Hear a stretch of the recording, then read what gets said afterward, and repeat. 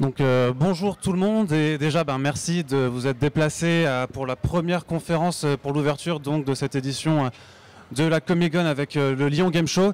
C'est jamais facile de venir à 10h15 se motiver pour faire une conférence et déjà c'est cool que vous soyez là. Alors juste petit préambule, ce que je fais en général quand je fais des conférences, c'est pas, là c'est vraiment Words of DC contre la dictature de l'univers partagé. C'est pas quelque chose pour vous asséner des faits ou vous faire croire que j'ai la science infuse. C'est vraiment une invitation aussi à la discussion, parce que même si je vais vous parler beaucoup de choses factuelles, l'idée c'est vraiment de donner un avis, d'avoir une position là-dessus. Et donc on va parler cinéma, et fait comme vous le devinez. Donc je me présente aussi très rapidement, je m'appelle Arnaud Tomasini, je suis rédacteur en chef du site Comics Blog, donc j'espère que vous y allez un petit peu de temps à autre. Et c'est vrai que parler comics dans les grandes conférences comme ça, c'est pas non plus la chose qui motive le plus, donc pour bien démarrer la journée, on va parler Cinoche et on va essayer de voir qu'est-ce qui se passe du côté de Warner Bros et de DC Comics, parce que si vous suivez un petit peu l'actualité, et que vous suivez un petit peu les dernières annonces, vous vous dites mais qu'est-ce qu'ils sont en train de faire? Et peut-être que vous le dites depuis pas mal de temps. En tout cas, c'est quelque chose qui, de mon côté, m'interpelle beaucoup. Et vu que j'avais une certaine expérience avant, j'étais rédacteur sur DC Planet, donc j'étais vraiment à fond sur les films DC. Et vous vous rappelez tous de 2013, de Man of Steel, de la promesse de Batman v Superman, et d'avoir Justice League par après, d'avoir donc un univers partagé qui était là pour concurrencer directement Marvel Studios sur son terrain. Sauf que maintenant on est en 2018, il y a quelques films qui sont sortis et on voit que les choses n'en sont pas du tout à ce stade. Et c'est maintenant un peu le moment de réfléchir et de se dire, en fait, est-ce que la solution de l'univers partagé, d'aller à tout prix vers le film, vers le crossover, de faire se réunir les héros, c'est vraiment ce dont on a envie? Et aussi, est-ce que c'est ce dont on a vraiment besoin? Alors du coup, pour un peu approfondir juste sur l'idée de l'univers partagé, on va quand même venir sur le modèle unique pour l'instant et le modèle gagnant qui est celui de Marvel Studios. Donc, tu changes petit. Donc là, normalement, il y a une slide qui doit arriver. Donc ça, c'est les éternels problèmes. Donc tu vois, là, ça, tu pourras le couper au montage. Donc voilà, donc Marvel Studios, on peut avoir un petit peu de recul maintenant. Parce que ça fait quand même 10 ans qu'on se tape leurs films. Ou qu'on les apprécie d'ailleurs. Hein. Donc ces 10 années, c'est une vingtaine de films maintenant. Donc Ant-Man and the Wasp, c'était le dernier, dont 3 Avengers qui sont vraiment les films crossover event, là où tu ramènes le plus de super-héros. Là, tu fais vraiment, tu as l'idée du blockbuster, mais vraiment l'idée du crossover tel que tu l'as dans les comics, l'idée de l'event. Et c'est un succès financier qui est indéniable, puisque donc il y a quand même 17 milliards de dollars qui ont été engrangés en 10 ans. Et forcément, quand il y a tellement de pognon qui arrive, parce que même maintenant, on a un niveau où, en 2018, avec seulement 3 films, en fait, Marvel Studios a réussi à ramener plus de 3 milliards de dollars. C'est-à-dire qu'on a un film solo Black Panther qui fait 1,3, c'est-à-dire que c'est plus que même le film solo Batman de Nolan qui avait déjà réussi à dépasser cette barre, ou le Iron Man 3 avec Robert Downey Jr. Donc on en arrive. Bon, forcément, il y a énormément de facteurs qui peuvent expliquer le succès de Black Panther. Mais on arrive à un niveau où un premier film solo arrive à faire le milliard de dollars. On arrive aussi à un moment où on a un film comme Ant-Man and the Wasp qui sont quand même des héros mineurs.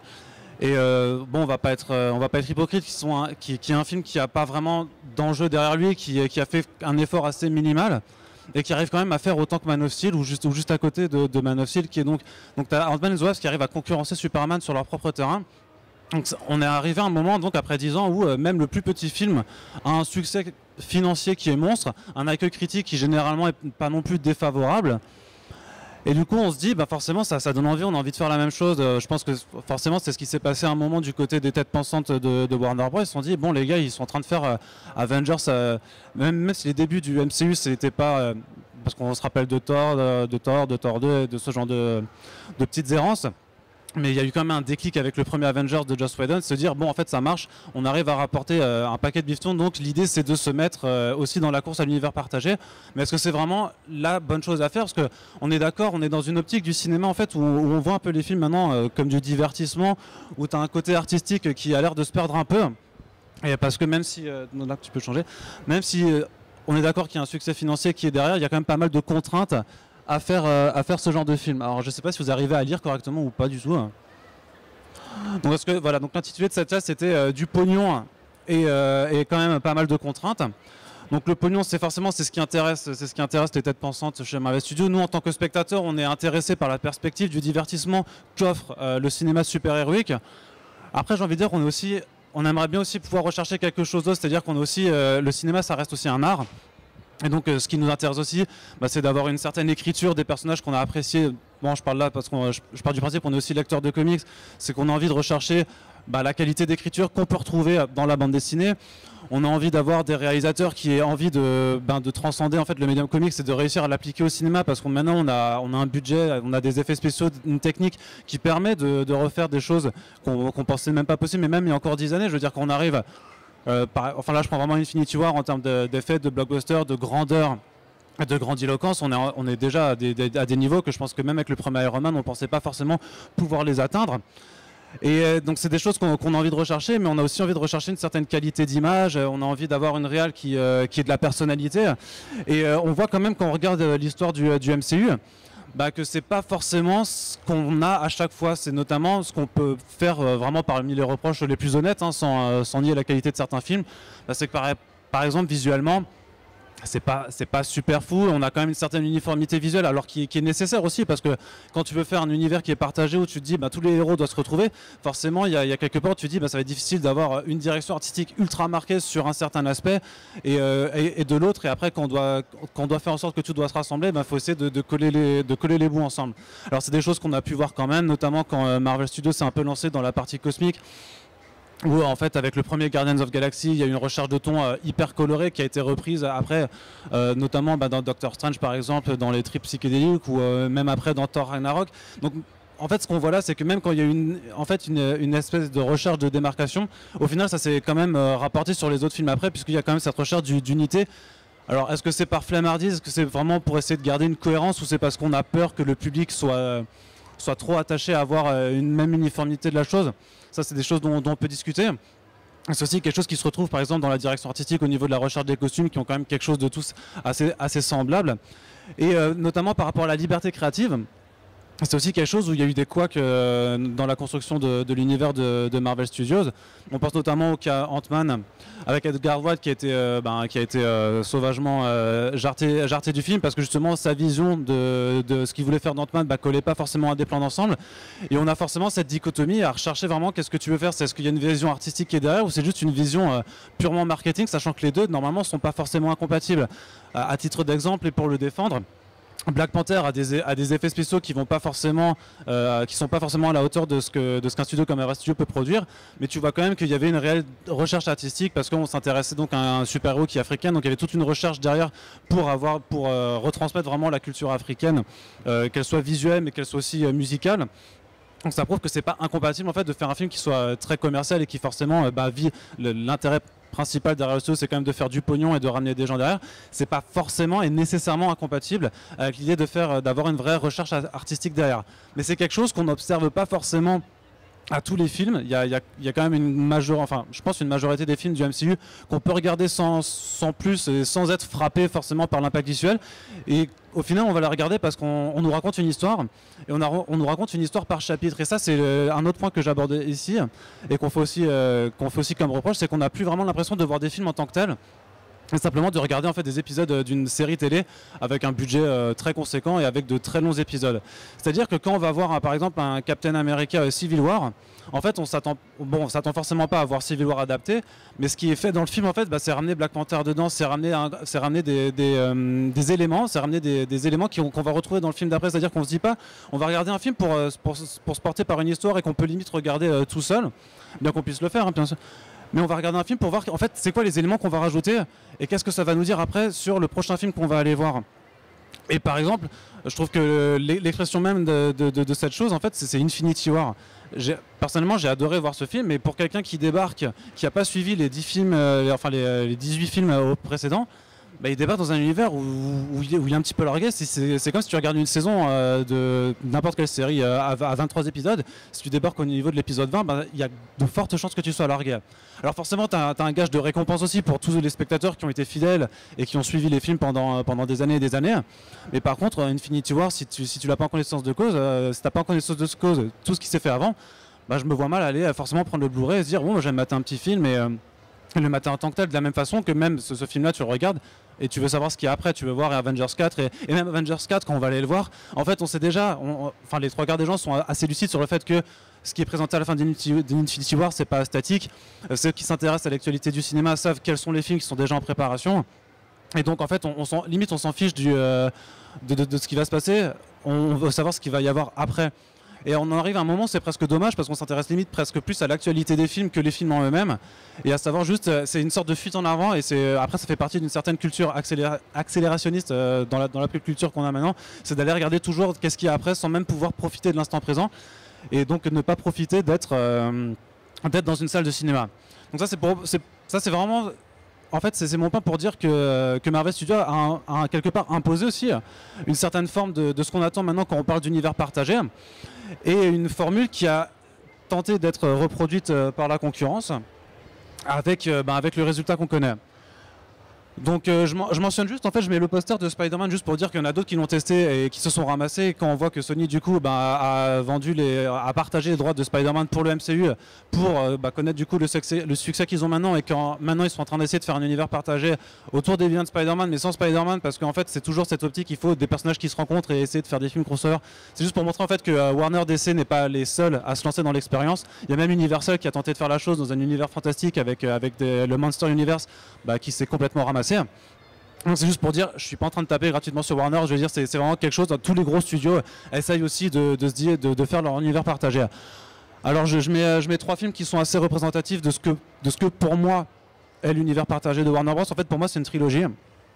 Pour moi en fait il n'y a pas vraiment eu d'univers partagé, c'est une trilogie avec des personnages qui se rajoutent, mais c'est quelque chose en fait qu'on peut voir avec d'autres licences sans qu'il y ait forcément l'envie de faire cette belle idylle du crossover.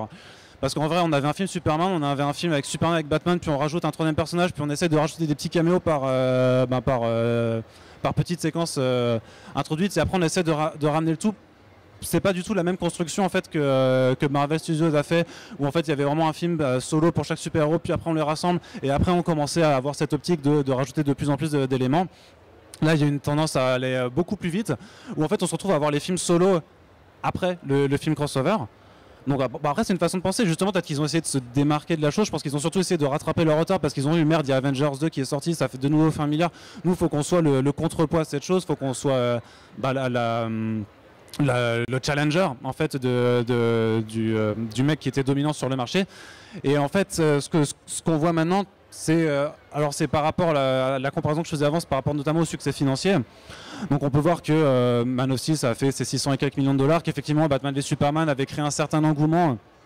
Parce qu'il y avait Batman et Superman réunis au cinéma pour la première fois dans l'histoire du grand écran. C'était quand même quelque chose d'assez exceptionnel en termes d'attente. Je ne sais pas quel ressenti vous aviez vous, mais personnellement en 2013-2014 quand il y avait ce film qui était annoncé, il y avait des étincelles dans les yeux vraiment. Et puis on est en 2018, donc ça va faire bientôt 1 an là que Justice League est sorti. Et on en est au point où Warner a fait quelque chose d'assez incroyable. C'est qu'il a réussi à faire un film où il y a la Trinité, donc il y a Batman, Superman, Wonder Woman, il y a même Aquaman et Flash. Enfin, ils ont réussi à faire un film d'équipe de super-héros et à faire moins en termes de revenus que le premier film Superman. C'est-à-dire qu'ils ont même réussi à faire 3 films avec Superman dedans, dont 2 avec Batman également. Donc c'est quand même les plus grosses icônes de comics. C'est, je pense, les plus grandes icônes de super-héros en termes de pop culture. Et ils n'ont même pas réussi à faire 3 milliards en tout. Enfin, alors bien sûr, on n'est pas là pour penser qu'en termes marketing, mais ça prouve quand même qu'il y a eu un problème dans cette façon de faire. Et ça a provoqué de toute façon des remous. Parce que justement, justement maintenant on s'intéresse un peu à la suite de ce qui va être fait. Parce que justement le but c'est plus de capitaliser en fait sur ce que Snyder a fait, parce que de toute façon Zack Snyder est parti. Alors on essaie de regarder un petit peu comment aborder la suite. Parce qu'on pourrait dire on repart tout à zéro et on recommence de la même façon, c'est-à-dire qu'on va refaire des films solo pour essayer de les amener à un crossover. Mais en fait, c'est pas, moi ce que j'essaie de dire, c'est que c'est pas la solution, parce que de toute façon, quoi que tu fasses maintenant, que tu sois Warner, Universal, Sony Pictures, si tu essaies de faire cette technique de l'univers partagé tel que Marvel Studios l'a fait, de toute façon tu es en retard. Tu as un retard de 10 ans que tu peux pas rattraper. C'est un petit peu chiant parce que tu auras beau faire des bons films, je pense qu'on va toujours te dire ouais mais ça a été fait avant, et ouais mais de toute façon vous aurez beau faire votre film de super équipe, le truc c'est que ça a déjà été fait. Alors bien sûr il y a certaines personnes qui vont dire oui mais moi j'ai envie de voir mes personnages préférés parce que je préfère Batman, Superman, Wonder Woman, tout ça à Iron Man, Captain America, Captain Marvel et ces personnages là, et on peut l'entendre. Mais la question qu'on peut se poser aussi, c'est est-ce qu'il n'y a pas autre chose à faire en fait? Maintenant qu'on a vu que de toute façon il y a un leader sur le marché, que de toute façon tu peux pas le copier, Est-ce que c'est pas le but, c'est pas un petit peu d'innover? Alors c'est vrai qu'il y a deux films dans l'univers partagé tel qu'on peut le concevoir qui sont sortis aussi, donc, et qui d'ailleurs sont des succès financiers plus importants que les films que je vous présente là. Donc il y a Wonder Woman d'un côté qui a été un énorme carton et qui, malgré tout ce dont on peut discuter sur la qualité du film, a au moins montré à certains investisseurs et certaines têtes pensantes à Hollywood que si un film avec une super-héroïne, ça rapporte de la thune aussi. Est-ce qu'eux, ils s'en foutent de la représentation ou que c'est cool d'avoir une super-héroïne en lead sur un film? Ce dont ils avaient juste peur, c'est juste que ça rapporte pas assez de thunes. Donc là, on leur a, le public a montré qu'il y avait de l'appétence pour un film de super-héroïne, donc il y a de la maille à se faire. Donc c'est pour ça qu'il y a Captain Marvel aussi qui sort l'année prochaine, qu'on entend de plus en plus de parler de trucs, et c'est quelque chose de bien parce que ça permet aussi parce que s'il le faisait pas, en fait, personne ne le ferait, donc c'est quand même quelque chose de bien, c'est un mal pour un bien, je pense. Et il y a Suicide Squad à côté, donc qui est un autre qui est un petit peu plus bizarre parce qu'expliquer le succès de Suicide Squad, à part miser sur des personnages ultra populaires comme Harley Quinn et le Joker, c'est un peu plus compliqué parce que de façon générale, l'accueil critique et l'accueil public étaient quand même assez dégueulasses, hein, on peut le dire. Et malgré tout ça, c'est un film qui a fait du succès. Donc clairement, de toute façon, dans la technique de Warner Bros., il y a d'une part, il y a une envie de capitaliser sur des succès qui ont déjà été faits. Donc on peut voir déjà avec la Wonder Woman 1984, qui est un cas assez particulier et j'ai envie de revenir un peu sur Wonder Woman et sur la notion d'univers partagé, parce que si on regarde bien le film Wonder Woman, le premier, si tu enlèves la scène d'introduction où on nous montre une photo qui renvoie juste à BVS pour faire « Ah les gars, vous vous rappelez, il y avait la photo dans le film et tout, donc ça se passe dans le même univers », en fait c'est une histoire en stand-alone. On présente alors c'est parce que c'est une origin story, mais c'est aussi une histoire que tu peux vraiment regarder et en fait, tu as l'histoire de ton héroïne et tu sais qui elle est et tu t'en fous de s'il y a une suite ou pas forcément. Et Wonder Woman, c'était notamment dû au fait parce que ça se passait dans le passé. Alors beaucoup attendaient après Justice League, on se disait Justice League ça va être aussi un certain point pour aborder une sorte de phase 2 de DC Films. En fait non, parce que pour Wonder Woman 2 qui s'appelle Wonder Woman 1984, c'est rebelote, en fait on retourne dans le passé. Donc quelque part on peut se dire ouais c'est pour aborder le contexte des années 80 parce que Stranger Things, tout ça marche bien en ce moment. Ou alors on peut aussi se dire parce que ça on n'a pas envie de se mêler à cette continuité de Zack Snyder, à Justice League que je pense que beaucoup ont envie de laisser derrière en faisant ouais ce film, je vous dis dans 5 ans on dira Justice League ça n'a pas existé, c'est comme Jurassic World et la suite de Jurassic Park par exemple, tu vois. Donc on retourne dans les années 80 et de cette façon en fait on peut faire un film où on s'en bat les couilles en fait de Superman, de Batman, de toute cette continuité qui était installée. Et je pense que ce procédé de faire des films en stand-alone en fait et de pouvoir avoir un film qui se suffit à lui-même, parce que même dans ses déclarations Patty Jenkins elle a dit non mais Wonder Woman 1984 c'est pas la suite de Wonder Woman en fait, c'est juste une autre histoire de Wonder Woman. Et quelque part c'est comme quand tu vas prendre une mini-série sur un personnage dans les comics, t'as pas besoin de connexion avec quelqu'un d'autre en fait. T'as présenté un personnage, tu sais grosso modo à quoi il ressemble et ce qu'il fait, tu vas regarder une histoire. Et c'est un peu ce genre d'optique qui est en train d'être faite. Alors il y a un autre cas aussi et qui participe pour moi dans la logique de Warner Bros à vouloir s'émanciper réellement de ce que j'appelle le Snyderverse, c'est d'amener un film comme Shazam par exemple. Shazam, c'est un super-héros que grosso modo le grand public ne connaît pas trop. En fait, surtout dans ces conditions de production, que le cas Shazam est assez intéressant parce que c'est fait par New Line Cinema, donc c'est pas fait directement par l'égide de DC Films, donc c'est vraiment fait par une entité parallèle. Et en fait, quand on avait suivi le chemin de cette production, à la base, ce film devait pas être directement relié à ce que faisait Batman, enfin ce que faisait Zack Snyder avec Man of Steel et Batman v Superman. On a vu avec le premier trailer qui est tombé donc à la San Diego Comic Con, qu'il y a des easter eggs qui rappellent à Man of Steel et qui montrent en fait qu'il y a eu un certain changement de façon de penser là-dedans. Et d'après les derniers prix d'ailleurs de Hollywood, il était prévu qu'Henry Cavill puisse faire un cameo là-dedans, donc a priori ça s'inscrit quand même dans cette continuité. Mais ce qui est intéressant là-dedans, c'est la rupture de ton. C'est-à-dire qu'avec le personnage de Shazam, on a vraiment donc un personnage de gamin en fait qui se retrouve doté de super pouvoirs et qui a des capacités surhumaines et qui est donc qui a des capacités en fait déiques, vraiment divines. Sauf que dans sa tête, ça reste un gamin. Alors, dans les comics, il va faire une version du personnage en fait où il acquérait aussi la sagesse donc de Salomon en devenant Shazam. Là, on est plus dans un run un peu plus récent où c'est un gamin un petit peu rebelle qui va garder son attitude de gamin rebelle même en ayant des super pouvoirs, ce qui peut amener l'idée c'est d'amener aussi un peu vers une forme d'humour en fait de comédie de super-héros. C'est quelque chose qu'on n'a pas encore vu en fait avec Warner Bros et DC Films, c'est-à-dire que vraiment la trilogie de Zack Snyder c'était ultra sérieux, c'est pas forcément un reproche, mais c'était quand même très très sérieux. On était quand même là, on va faire ouais, Batman, je vais t'empêcher d'agir, ouais, toi Superman, je vais te tuer. Bon, finalement, il faisait un film d'équipe, mais qui restait quand même assez ouais, j'ai les Motherbox et je vais détruire la Terre, un truc assez caricatural en fait du super-héros. Là, on est plutôt dans une espèce de comédie un petit peu légère, on essaie de se prendre un petit peu moins sérieux, et vraiment, cette démarcation de tonalité, pour moi, c'est quelque chose qui va dans une certaine recherche de diversité de ton, que Marvel Studios n'a pas forcément dans la plupart de ses films, même si on peut toujours en discuter. Après, il y a le cas Aquaman. Alors là, c'est est-ce que le film était lancé de toute façon quand la production de Justice League était faite, donc de toute façon, il n'y avait plus forcément on pouvait pas faire machine arrière. Et d'une certaine façon, le personnage qui a aussi une certaine popularité, parce que Jason Momoa est devenu assez populaire ces dernières années, en partie grâce à Game of Thrones, mais là aussi avec le fait de mettre James Wan à la réalisation. Alors on est d'accord que c'est pas forcément le réalisateur le plus marqué en termes de cinéma d'auteur, mais c'est quand même quelqu'un qui a réussi à mettre sa patte. Et même si la bande-annonce qu'on a pu voir, ça a l'air d'être quand même plutôt une sorte de film d'aventure à la Indiana Jones, il y a quand même un emprunt aux comics en tout cas qui sont les créatures des profondeurs, donc en anglais c'est The Trench, qui dénote que James Wan peut apporter un fait, parce que James Wan, donc c'est le mec qui a fait Conjuring, c'est le mec qui avait fait le premier Saw, donc il a vraiment une expérience dans le film d'horreur. D'ailleurs c'est le mec qu'on appelle maintenant pour produire tous les films d'horreur à grand public, parce que quelque part c'est une sorte de gage de qualité maintenant. Et donc il y a peut-être une envie de ramener aussi un peu cette forme d'empreinte visuelle horrifique, ou juste d'avoir en fait des gars comme Zack Snyder en fait ont un certain savoir-faire dans le travail de l'image. Donc là c'est les premiers, en fait c'est les films qu'on va voir maintenant et qui je pense commencent déjà à dénoter d'une certaine façon de ce qui a été fait précédemment. C'est que Aquaman en fait, James Wan a déclaré en interview aussi que si vous voulez voir des caméos ou des références à tout ce qui était fait avant, c'est pas la peine d'aller chercher plus loin.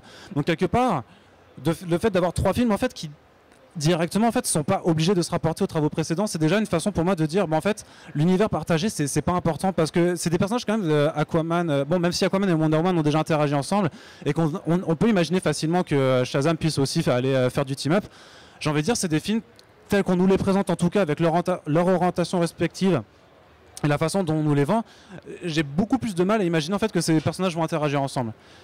Et en même temps, est-ce que j'ai vraiment envie de ça? Est-ce qu'on a vraiment envie d'avoir cette interaction à tout prix? Parce que honnêtement, si c'est pour se retaper un film comme Justice League, moi je préfère que les super-héros restent séparés dans leur coin. Et là on en arrive maintenant au thème vraiment, enfin au Worlds of DC qui était dans le titre de cette présentation. En fait, pendant des années, on a appelé l'univers partagé de DC le DC Extended Universe, par opposition au Marvel Cinematic Universe. Et en fait, Warner a jamais utilisé cette appellation dans ses bureaux. Ce qui s'est passé, c'est qu'en fait, de façon assez naturelle, je dirais, il fallait un nom pour opposer au MCU. Et je crois que c'est un ensemble de médias, de journalistes qui ont commencé à l'appeler comme ça. Ça a été repris par tout le monde. Moi-même, en rédigeant mes articles, toutes ces années, je l'appelais comme ça aussi. Et en fait, je pense que Warner, ça les arrangeait bien. Ils n'ont pas eu besoin de communiquer là-dessus, de vraiment se dire ouais, nous on est le DCU, on va péter la gueule au MCU, même si on avait quelques réflexions à la fuck Marvel qui émergeaient de temps à autre pour vraiment essayer de se donner une belle image.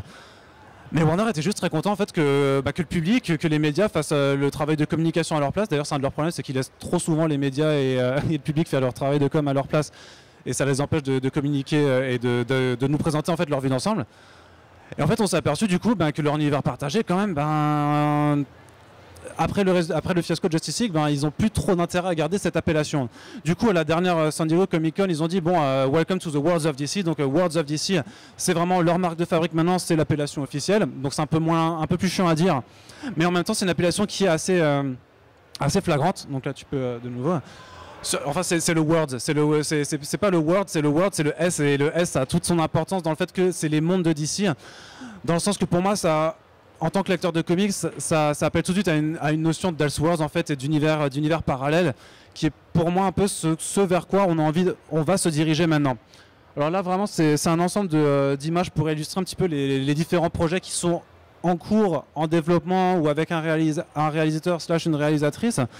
Parce que si vous faites un petit tour sur Wikipédia et que vous faites liste des films d'essai en développement, vous en avez une vingtaine, dont la moitié verra sûrement jamais le jour. Mais il y en a quand même une vingtaine. Il y a des films Deadshot et Deathstroke, on est relativement certain que ça va pas trop se faire. Par contre, il y a des projets comme, on va y revenir après un peu, comme le rêvé Man of Steel 2 qui qui était en discussion depuis certaines années, qui finalement ne va pas se faire parce que justement il y a toujours cette volonté en fait de se démarquer en fait de l'univers de Snyder, parce que de toute façon Superman en 3 films il n'a pas réussi à faire le pognon qu'on lui demandait, donc le but c'est peut-être d'essayer de changer, d'aller vers d'autres personnages, vers d'autres univers surtout, et d'avoir d'autres approches.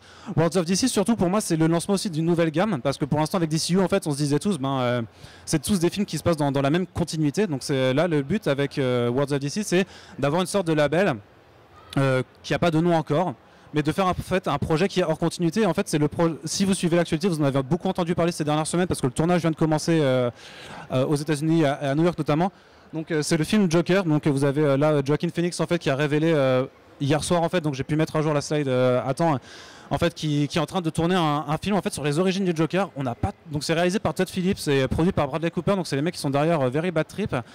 À la base, il y avait Martin Scorsese à la production, mais là il y a une dame dont je me rappelle plus le nom, mais qui est productrice sur tout l'ensemble de ces films, qui est également là. Et en fait, ça a l'air d'être une sorte d'étude de cas du personnage, en fait, de dire en fait le Joker qu'est-ce que c'est, parce qu'on est d'accord que le Joker l'intérêt c'est qu'il n'a pas vraiment d'origine.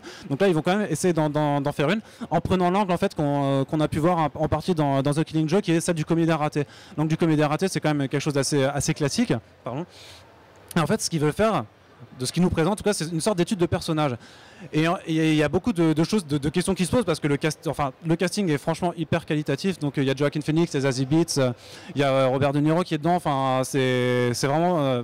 ça dénote un petit peu, tu sens qu'il y a une envie de faire les choses vraiment les choses bien. Il y a une démarche un petit peu d'auteur, un petit peu. Alors, on n'a pas vu le film bien sûr, mais qui me rappelle un peu comme ce que Nolan a pu faire sur Batman, ou même Tim Burton, ou même encore avant Donner sur Superman, vraiment de donner en fait à un réalisateur un personnage et d'en faire ce qu'il veut.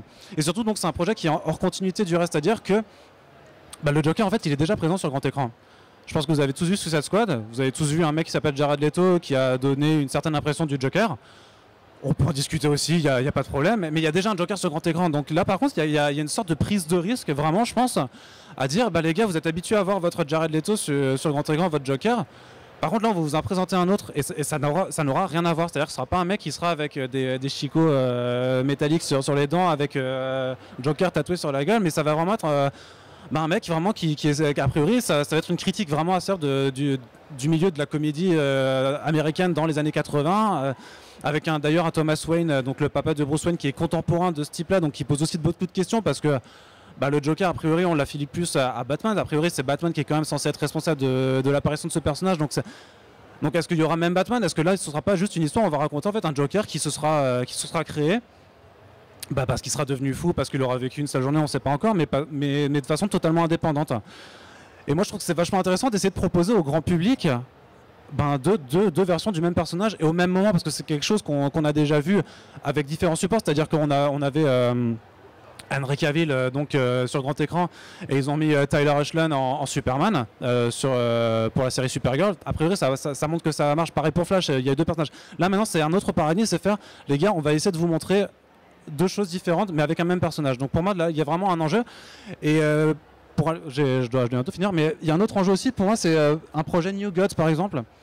Alors les New Gods c'est vraiment un truc qui est hyper bien, donc qui est la création de Jack Kirby pour DC, une des créations majeures, et pareil c'est du gros cosmique, c'est quelque chose qui est très très difficile à adapter je pense, et pareil tu vois pas du tout le rapport d'un film New Gods réalisé par Ava DuVernay avec tout ce qui a été fait auparavant, et pareil avec alors il y a le film Nightwing dont on entend parler aussi beaucoup. Techniquement Nightwing c'est dans l'univers de Batman. L'univers de Batman au final, de ce que nous a donné Batfleck, on voit très très mal en fait comment Nightwing peut vraiment s'insérer avec un Batman comme ça qui était usé, qui était quasi meurtrier, ou enfin même meurtrier dans BVS.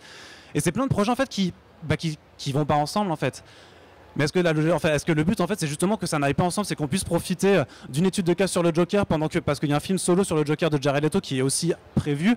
Et il y a même un film solo avec Harley Quinn, enfin un film de duo avec Harley Quinn, Margot Robbie et Jared Leto qui est prévu. Et à côté il y a un film Birds of Prey, pseudo Birds of Prey avec Margot Robbie qui est également prévu. Donc il y a vraiment tout un tas de projets parallèles qui se mettent en place et qui montrent en fait que plusieurs univers peuvent coexister. On peut avoir une sorte d'univers un peu grim and gritty avec le Joker de Jared Leto, cette Harley Quinn. On peut avoir un univers vachement plus auteuresque, un peu plus mature avec le Joker de Joaquin Phoenix. On peut avoir du gros cosmique avec les New Gods et un nouvel essai sur les Green Lanterns. Et et on peut même changer de slide du coup, parce que c'était la transition.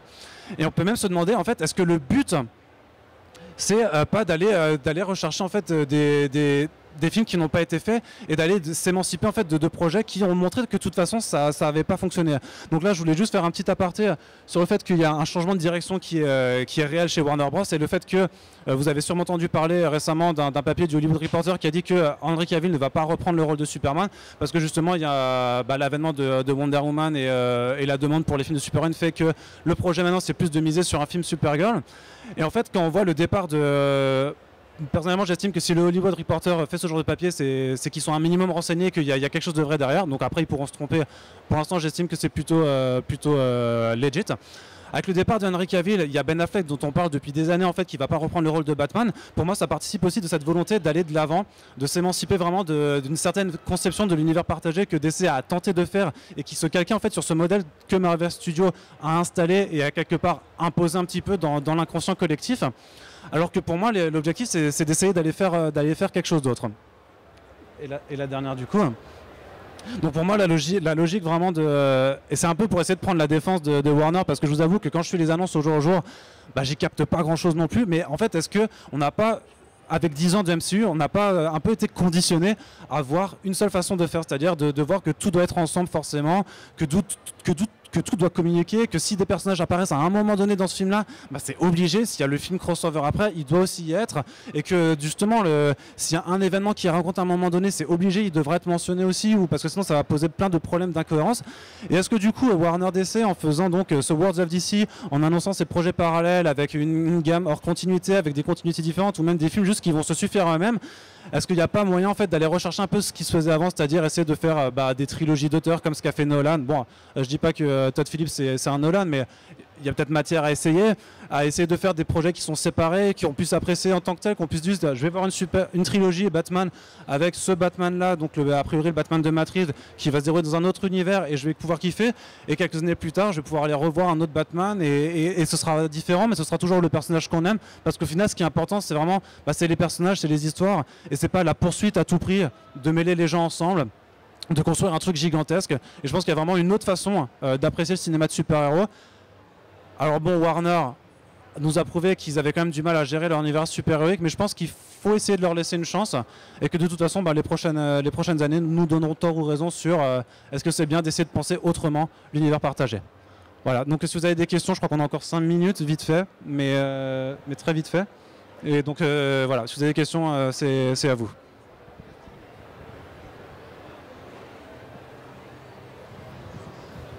Bonjour et merci pour la présentation. J'avais juste une question sur les films d'auteur entre guillemets dont tu parlais. Warner Bros a déjà voulu faire ça il y a un moment, avec par exemple le film Batman qui était prévu je sais plus quand. Et ils ont fini par abandonner des 2, 3, 4 projets au fur et à mesure. Est-ce que vraiment ils vont pas continuer à faire ça encore longtemps et on va arriver au final à pas grand chose?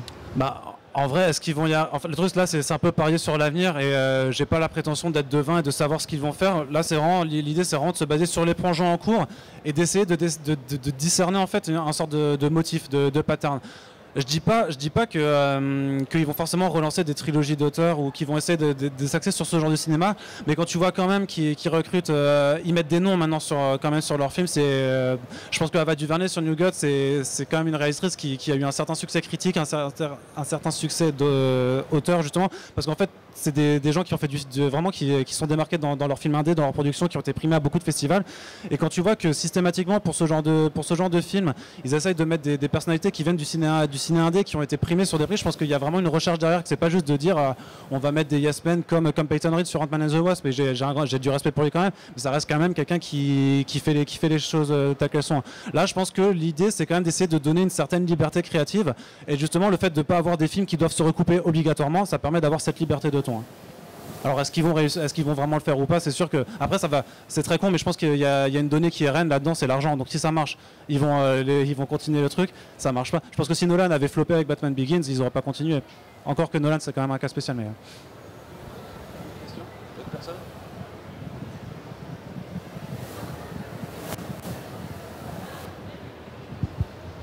Moi, je voulais juste revenir sur le tout début quand tu parlais des films Marvel. J'ai toujours un truc que je trouve important, en fait, c'est la différence de perception des films par rapport à toi, une grande partie des personnes qui sont là, qui suivent énormément toutes les infos et tout ce qui est à venir.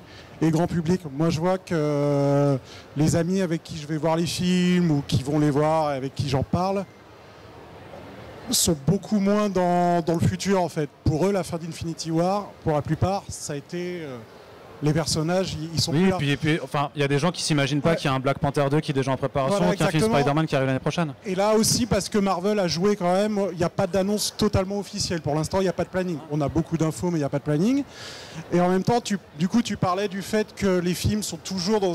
Et on dit souvent ça, sont toujours dans la suite. Et je trouve que quand on ne se pose pas la question, les films, en général, sont des histoires complètes. Ça ne revient pas sur la qualité ou tout ça. La seule chose qui fait la différence en général, c'est la scène post-générique pour les gens et pour les gens qui restent pour la voir. Après, tous les clins d'œil, etc., la plupart des gens, ça leur passe au-dessus, ils s'en rendent pas compte, c'est des petits cadeaux, entre guillemets, pour nous. Mais pour la plupart des gens avec qui j'en parle, ils se rendent pas compte, en fait, de tout ça. Ils sont pas au courant. Non mais c'est vrai que je pense que tu as raison, parce que c'est vrai que après ça dépend quoi, si vous allez juste voir les films ou si vous suivez aussi l'actualité. De toute façon, moi en tant que rédacteur chef de Comics Blog, je la suis au quotidien et en fait c'est mon boulot de la rapporter. Donc c'est-à-dire que j'ai aussi un point de vue qui est très biaisé là-dessus et que forcément nous on anticipe déjà, on est déjà en train de penser à qu'est-ce qui va sortir en 2021-2022. Je suis d'accord sur le fait que la perception du grand public doit faire quelque chose. Après, à ce niveau-là, je dirais aussi que le grand public, malgré tout, a été quand même habitué maintenant à la façon dont Marvel Studios a à faire. Pareil, la scène post-générique, je pense qu'il y a beaucoup de gens maintenant quand même qui sont habitués à ça et qui s'attendent à ce qu'il y en ait une forcément. Et ce qui a poussé d'ailleurs Warner à le faire, alors qu'au début ils avaient dit non, nous on est du vrai cinéma, on n'a pas besoin de scène post-générique. Tu parles, ils sont quand même habitués à le faire parce que les gens limite la demandaient.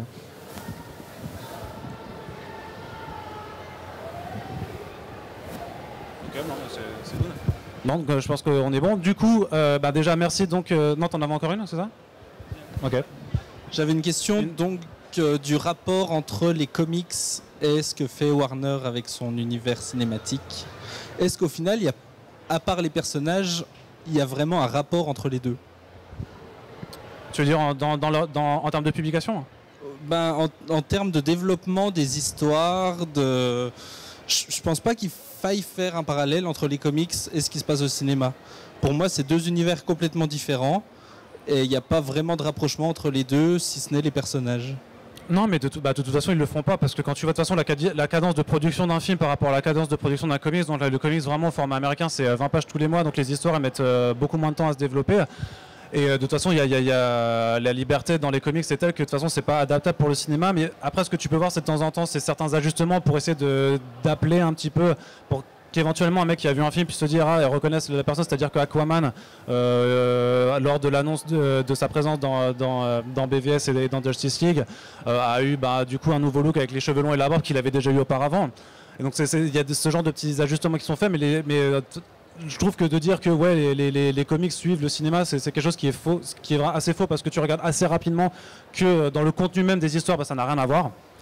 Et aussi parce que je pense qu'il y a un énorme fantasme, c'est les films de super-héros ramènent des lecteurs en masse. C'est aussi quelque chose qui se vérifie pas, parce que tu vois les millions d'entrées que font les films Marvel Studios par exemple aux États-Unis, il n'y a pas des millions de lecteurs de comics Marvel aux États-Unis. Donc je pense que les choses sont réellement séparées et qu'on peut y voir quelques liens, parce que forcément il faut essayer de communiquer sur les deux médias, mais qu'il n'y a rien qui oblige l'autre. Et d'ailleurs Marvel Studios c'est une entité séparée de Marvel Comics, de la même façon que DC Comics et Worlds of DC, c'est quelque chose qui ils se parlent mais ils se répondent pas l'un à l'autre. Donc du coup c'était la dernière question, donc je vous remercie de votre présence, de m'avoir écouté. Je refais une conférence demain sur la question du spoiler, de la culture du spoiler dans les comics. Donc là on sera avec 2 autres personnes, ce sera une petite table ronde aussi et une façon de discuter de la chose. Donc là on va vraiment parler du milieu papier. Et je suis présent en fait autour de l'Artist Alley toute la journée. Si vous voulez parler de comics, de cinéma, de comics blog, venez sur le site aussi de temps à autre. Et je vous remercie en tout cas de votre attention. Merci beaucoup et bonne convention.